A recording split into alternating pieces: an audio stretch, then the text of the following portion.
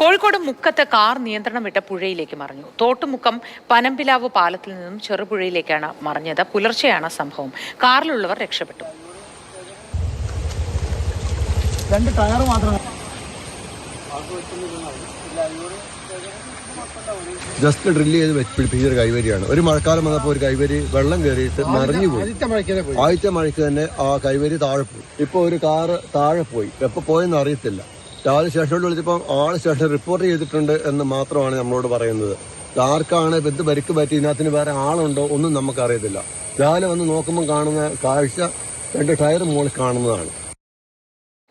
മുഹമ്മദ് ഷഹീദ് വിവരങ്ങളുമായി ചേരുന്നു. Shahid, good morning. ഈ കാറിൽ മറ്റാരെങ്കിലും ഉണ്ടായിരുന്നോ? അതുമായി ബന്ധപ്പെട്ട എന്തെങ്കിലും പരിശോധനകൾ പോലീസോ മറ്റോ നടത്തിയിട്ടുണ്ടോ? കൂടുതൽ വിവരങ്ങൾ എന്താണ് ഷഹീദ്? മോത്തി, മലപ്പുറം ഓങ്ങല്ലൂർ സ്വദേശികളാണ് ഈ കാറിൽ സഞ്ചരിച്ചതെന്നാണ് മനസ്സിലാക്കുന്നത്.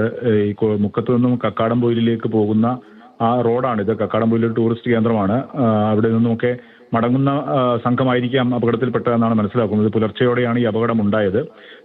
ആളുകൾ അവിടെ നിന്നും രക്ഷപ്പെട്ട് അരീക്കോട് പോലീസ് സ്റ്റേഷനിൽ റിപ്പോർട്ട് ചെയ്തു എന്നാണ് നമുക്ക് ലഭിക്കുന്ന വിവരം. ആളുകളെക്കുറിച്ചുള്ള വിവരങ്ങളൊക്കെ അന്വേഷിച്ച് എടുത്തു വരുന്നതേ ഉള്ളൂ, ഡീറ്റെയിലുകൾ എടുത്തു വരുന്നതേ ഉള്ളൂ എന്നാണ് പോലീസ് അറിയിക്കുന്നത്. ആളുകളാരും അങ്ങനെ അപകടത്തിൽപ്പെട്ട് വെള്ളത്തിൽപ്പെട്ട് അപായപ്പെട്ടിട്ടില്ല എന്നുള്ളതാണ് പ്രാഥമികമായി ലഭിക്കുന്ന സൂചന. കാർ ഇപ്പോൾ വെള്ളത്തിൽ കക്കാടംപൊയിലിലേക്ക് പോകുന്ന വഴിയിൽ തൊട്ടുമുക്കത്ത് പനമ്പിലാവ് എന്ന സ്ഥലത്താണ് ഈ അപകടം. അവിടെയുള്ള ആ പുഴയിൽ മറിഞ്ഞു കിടക്കുന്ന സ്ഥിതിയിൽ തന്നെയാണുള്ളത്.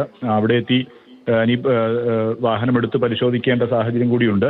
ഏതായാലും പ്രാഥമികമായും ആളുകൾക്ക് അപായം ഉണ്ടായിട്ടില്ല എന്നുള്ളതാണ്. അപകടം നമുക്കിപ്പോൾ ആ ദൃശ്യങ്ങളിൽ കാണാം. കൈവരിയില്ലാത്ത ആ പാലത്തിലൂടെ ബസ് ഉൾപ്പെടെ കടന്നു പോകുന്ന ഒരു സാഹചര്യമുണ്ട്. അത്തരമൊരു അപകടാവസ്ഥ ആ പ്രദേശത്ത് ആ പാലവുമായി ബന്ധപ്പെട്ടുണ്ട് എന്നുള്ളത് തന്നെയാണ്.